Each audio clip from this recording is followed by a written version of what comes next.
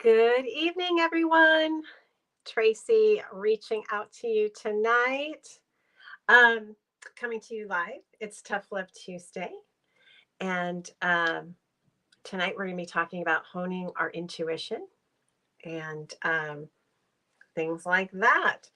So I am going to ask for a little forgiveness here because I'm operating a slightly different environment and I need to turn that off. Is my laptop screen died yesterday.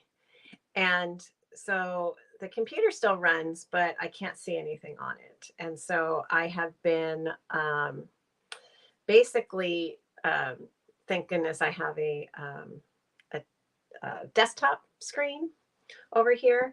So I can hook it in. I can still use the computer, but I have no camera and I don't have a lot of my available technologies today. So I am with you today.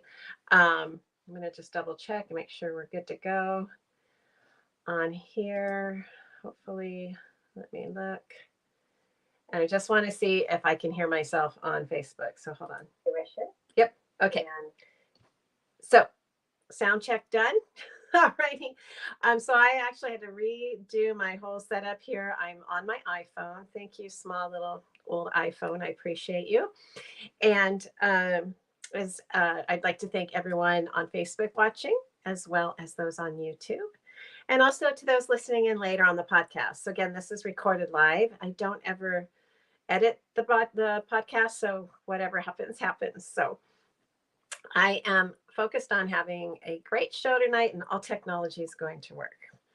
Okay, so some of you may know, so I'm a certified integrative nutrition health coach.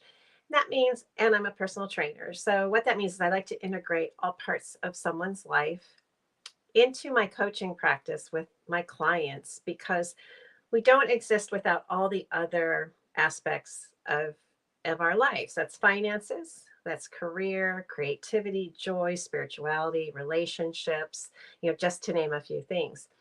And I picked tonight's topic about our intuition because that gut instinct, that gut intuition actually will touch every aspect of your life.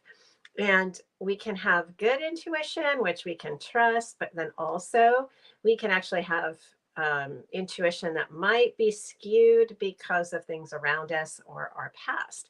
So I thought tonight I would go ahead and just talk about honing your intuition, how that works, and how it can benefit you.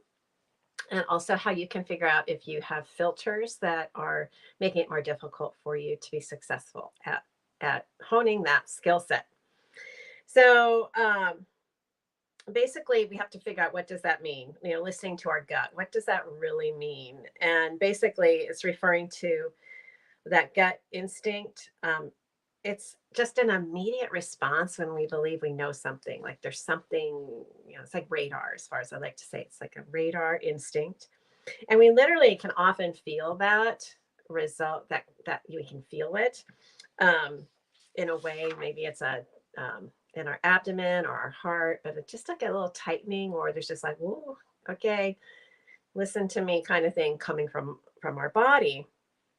So a good example is, say you get into a situation, or you have a choice of how you want to walk home.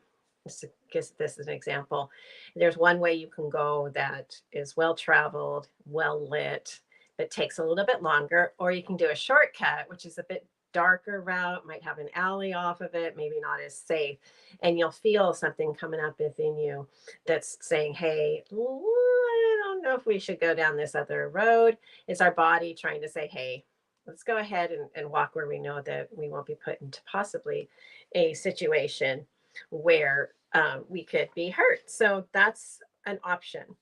And so the idea of us then taking a different route, safer route, is listening to our gut, listening to our intuition. Um, so intuition isn't magic.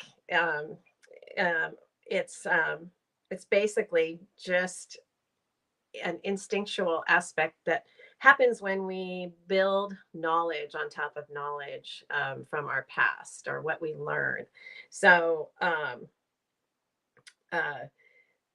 a good example is to say, like a baby doesn't know not to put their hand on a hot stove or on a hot pan. So we have to teach them that. And then once they learn that, then they have an instinct. They know not to do that. I had an interesting thing happen years ago. I was at a gas station in which my gut instinct of danger was flaring. And I was, because all the pumps were full, and there was an employee smoking a cigarette on the front side of the gas station.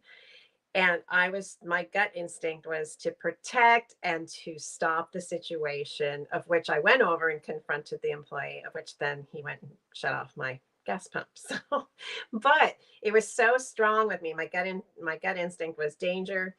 And I confronted this person. And anyway, it was so strong. I couldn't do anything about that. It was that strong safety gut instinct in that situation.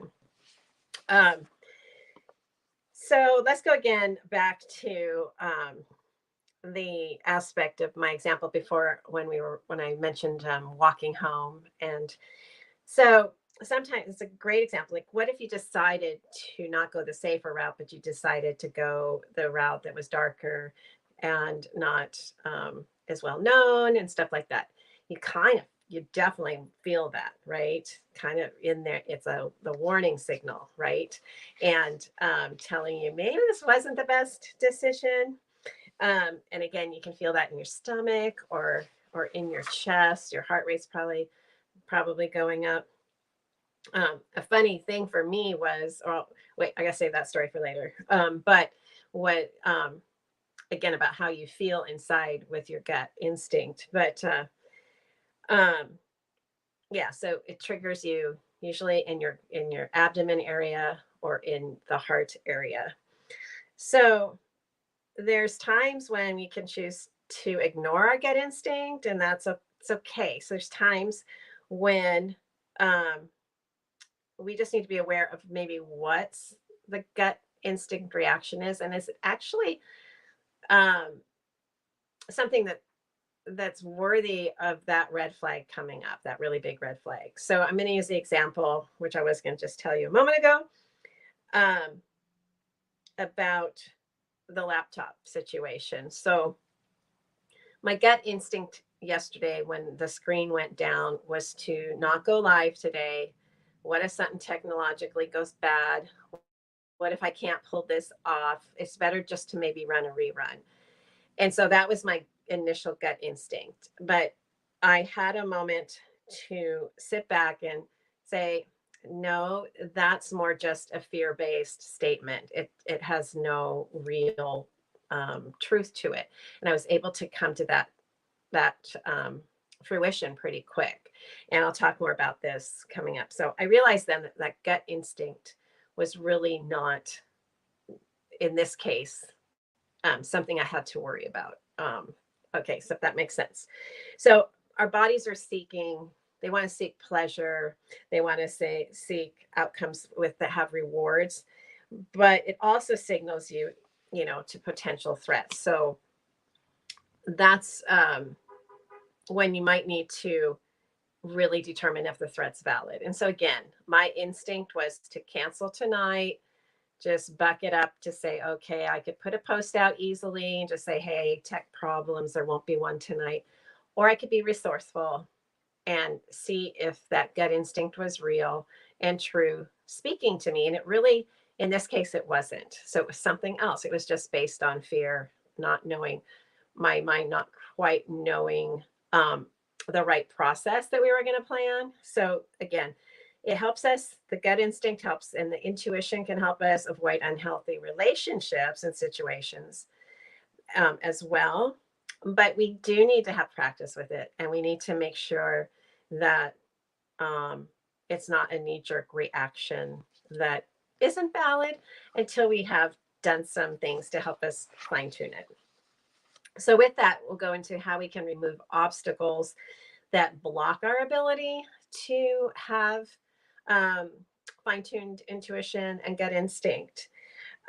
So identifying them is really important. So there's five top, there's a top five forces that may be preventing you from hearing your intuition. And the first one is overthinking it. Um, so we don't want to overthink. And I am someone that can have perfectionism, paralysis, overthinking, questioning. My brain loves to think things through. And I know some of it was valid when I was back in the construction industry. I would, when I was reading plans and everything, I would outthink and I was trying to outthink those plans. Is there something that we're missing? How can we make this plan better? What problems can we resolve by thinking ahead? And so, very, very much an over analytical mind in that position was great. And my new career in my life, it's not serving me. And it also doesn't serve me in areas of, just wanting to have a conversation with another human being. I don't need to be overthinking every single statement, every single thing I say. Okay. Um, that's why one thing me doing these broadcasts has helped me to do, and to do them live, was I can't go back and edit. Okay. It forces my brain to relax and not overthink and not, you know, have a false gut instinct of, oh my gosh, you did something wrong, if that makes sense. So the process of over analyzing a situation or decision can leave us confused without clear direction. I don't know if anyone else has done that. If you have, not alone, me. So yeah, so the paralyzed by overthinking. And I definitely, that's something I'm working on, is to calm my brain so that it doesn't think we have to overanalyze every little thing. And so that's one of them. The second one is that we can have situations, relationships with others that cloud our intuition, looking through the lens of someone else's opinion, someone else's preferences and expectations. And we can forget to look at our own. And this could go with morals as well, and so we can feel when we're kind of getting pushed or slid in different areas that are outside of those values and our gut. And so it's worth to just make sure, are we real, are we trying to over please others? And if we are, it really can be harmful to our health, not only physically but also to our mental health. So going against our instinct to please others is something that will cloud your own judgment there. So then you can be clouding yours and misguide your own intuition. The next one is harmful and snap judgments. So here's a good one. My intuition, again, just as a simple one, was I was going to cancel tonight. Oh my gosh, I got to go take my laptop in and I'll be without it for 5 days. So on one side of my mind, my judgment and gut instinct was to hurry up. But then once I slowed it down and I was able to think about it, I was like, I'm not making a snap judgment here. I've got to figure this thing out.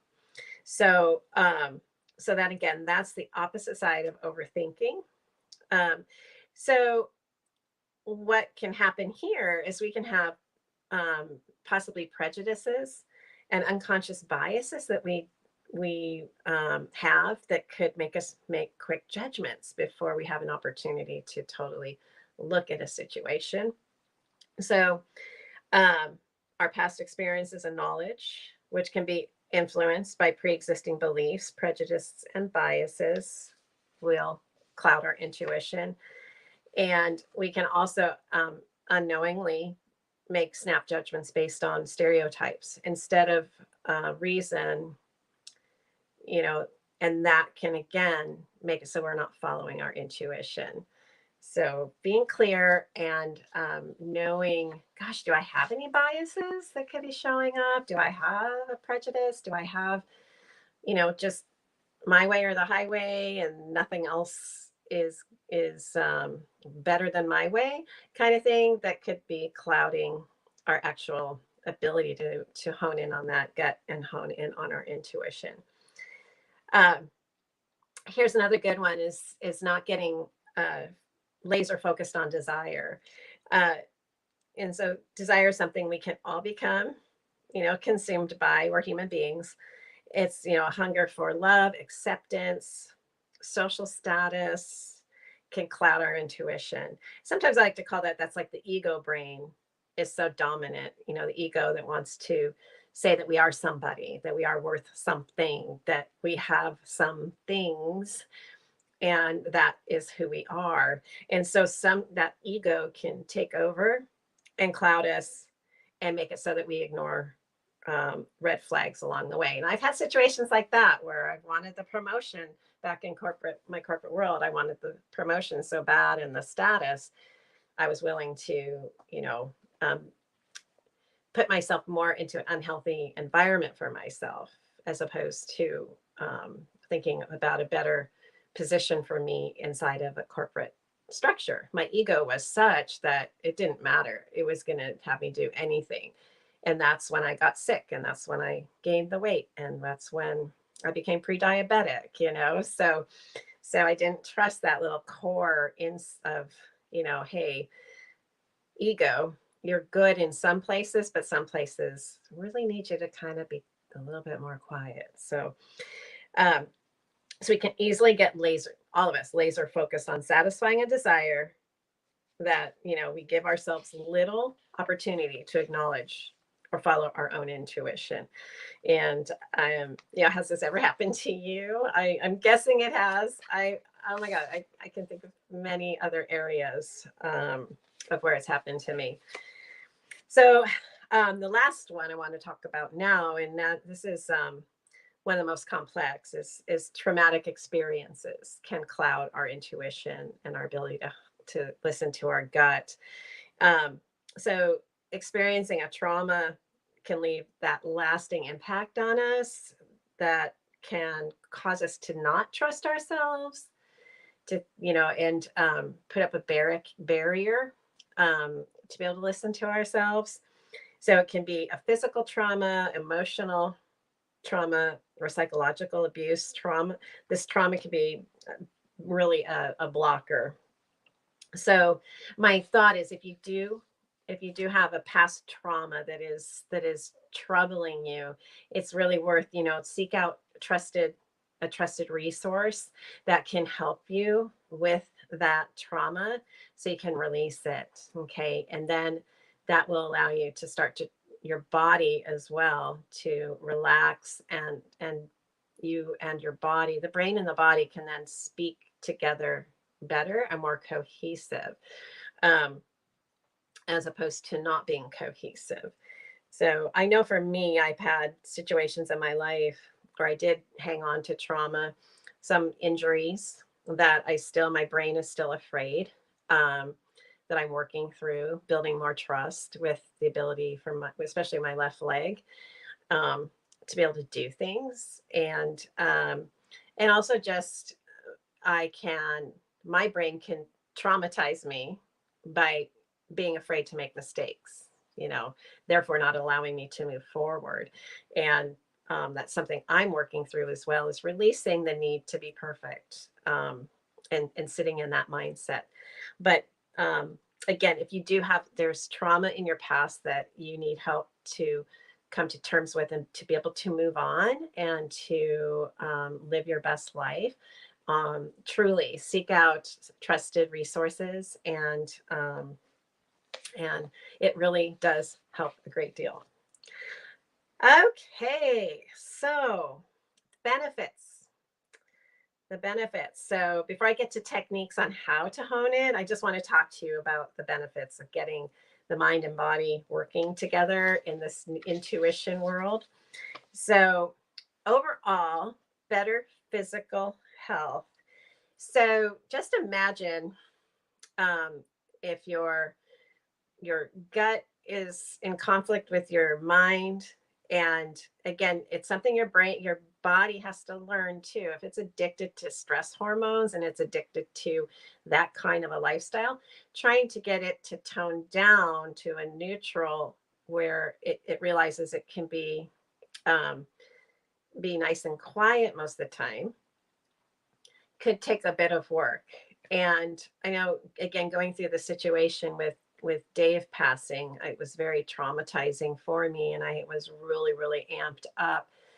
And I've had to work on getting my body to relax. Okay, instead of being just like this all the time, and my heart hurting physically. So um, by learning to hone in, do the steps I'm going to, talk about, I'm physically feeling better. So, so again, by living in conflict, the brain and your gut instinct, um, it's basically your body is trying to tell you something, it's trying to speak to you, but we don't always hear it. We just might think, oh, this is just the way we always feel. And especially if you've lived with this conflict most of your life, you don't know maybe what it's even like to not have it, right? So, so again, the body can signal you with pain in your heart, digestive issues. You could have headaches, um, heart racing, all that kind of stuff when we're not honing in and being a team. So, science is showing now that if you continually ignore it, that brings on that stress. And chronic stress is an underlying cause for most all chronic illnesses that we have today that could be prevented. So, um, so again, stress factor, which I've talked about on prior shows. So, as we learn to trust our gut, and our gut learns to, I guess, trust us as well, um, we have better understanding of the signals, and we can trust more what the body's saying as opposed to it mine wanting to go into a little drama mode about my laptop yesterday. But um, just having that trust where, okay, we're talking and we're doing better together as a team. So yeah, so slowing down, listening, and being okay. And I've talked about this a lot too with the unknown, being okay. Just saying that makes me feel much, much better. I don't have to know what's happening tomorrow. Tomorrow will present itself. Okay. So relieving stress. Okay. Next benefit is mental health. Our mental health will improve once again that body and brain are cohesive as opposed to, you know, pulling at each other. Um, so when we make intuitive decisions, such as taking care of ourselves, we start to take care of our bodies, our state of mind will follow, as well as when we make the decision in our mind that we want our body to feel better, the body follows. So I'm trying to say it works together as a team. So intuition guides us to make a positive choices that lead to our not only our safety but our happiness. Okay. The other benefit of this cohesive relationship is better decision making. Again, getting back to the laptop thing. I didn't panic and I didn't say, "Oh, why does this happen to me all the time? What timing is this? Woe's me. I didn't do that." Instead, I said, let's be resourceful. And because, again, I've been starting, again, coming out of this trauma state, I'm able to have a better frame of mind of things. Okay. So better decision making, not knee jerk reaction. All right. So when you're in cohesive environment, better decisions and able to make those decisions quicker and more confidently. Okay. So as you start to listen to your body, you can learn to trust yourself. And again, your body will also learn to trust you. All right. So, how do we do this? How do we cultivate this intuition? So, the first thing, slow down, take care of yourself. Okay. So, I used to think I was so cool because I would be up at 5 in the morning and wasn't going to bed till 1 because I was the job and I was doing all this and that and so on and so on. And my body started to tell me, you know, slow down. And it took me to get a diagnosis of being pre-diabetic, and then me looking in the mirror and seeing a pre-diabetic body. And my body had been telling me a long time to slow down. So slow down. We don't have to have our schedules so full. And being mindful throughout the day. So that's the other thing. And I can vouch for this. When I'm present 100% on what I'm doing at that moment, time kind of slows down because I can think, and I'm not worrying about something that's 10 minutes down the road, or I'm not worrying about tomorrow. I'm just focused on that moment, and that's it. So being more mindful as you go throughout the day, schedule yourself some open time on the calendar, because sometimes things take longer than we think. Sometimes we have to make adjustments. Okay.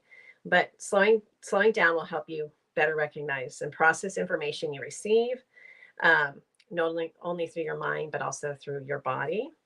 And the next thing is just mentally and physically clear away clutter. That really helps a lot. So sometimes just getting a journal. I have several. I'm going to show you. I've got this one. I got this one. They all have their purpose. Not trying to clutter you with journals, but they have specific purposes, and I know where to make my notes. I know, I can jot. One is just a idea journal.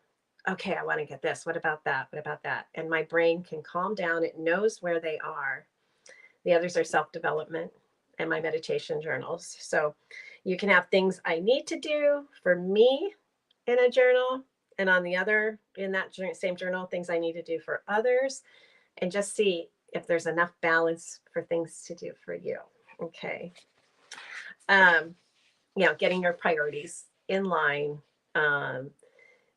and making sure that you are putting yourself on the top of the list for care.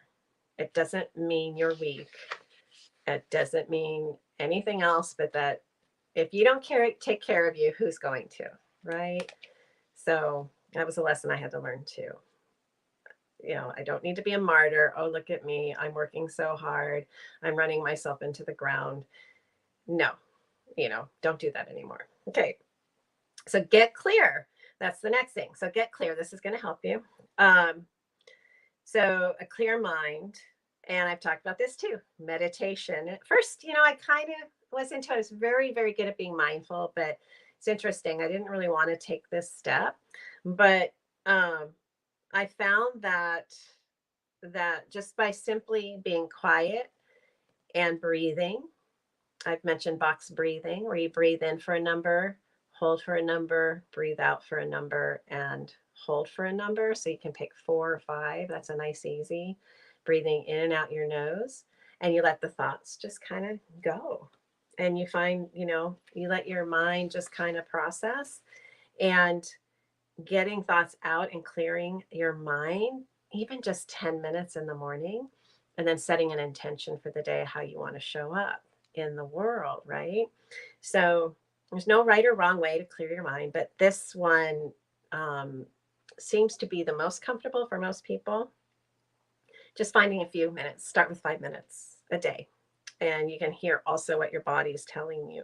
So the next one, so we talked about that, meditation, but also physical sensations. So since intuition is rooted within sensations felt throughout the body, learning to recognize what you're feeling is key. So practice feeling your emotions. So when you're meditating, it's kind of interesting. When I was going through the first initial aspects of grieving, they were all over the place. But when I would quietly meditate, or I would just sit quiet and I allowed myself to feel my emotions instead of stuffing them, they're just feelings, they're just energy going. And if we acknowledge and feel them, then they just usually will float on, and then we can release them, right? So next time you're angry, actually pay attention to how your body feels. What's going on within your body when you're angry? It's going to help you connect, and it also will help you sense when anger's coming up, and then you can make a choice as to how you're going to handle that anger, right? So you want to know what happens to your body when you get angry. So when you're sad, angry, happy, any emotion you have, how does that feel in your body? Okay. I think too,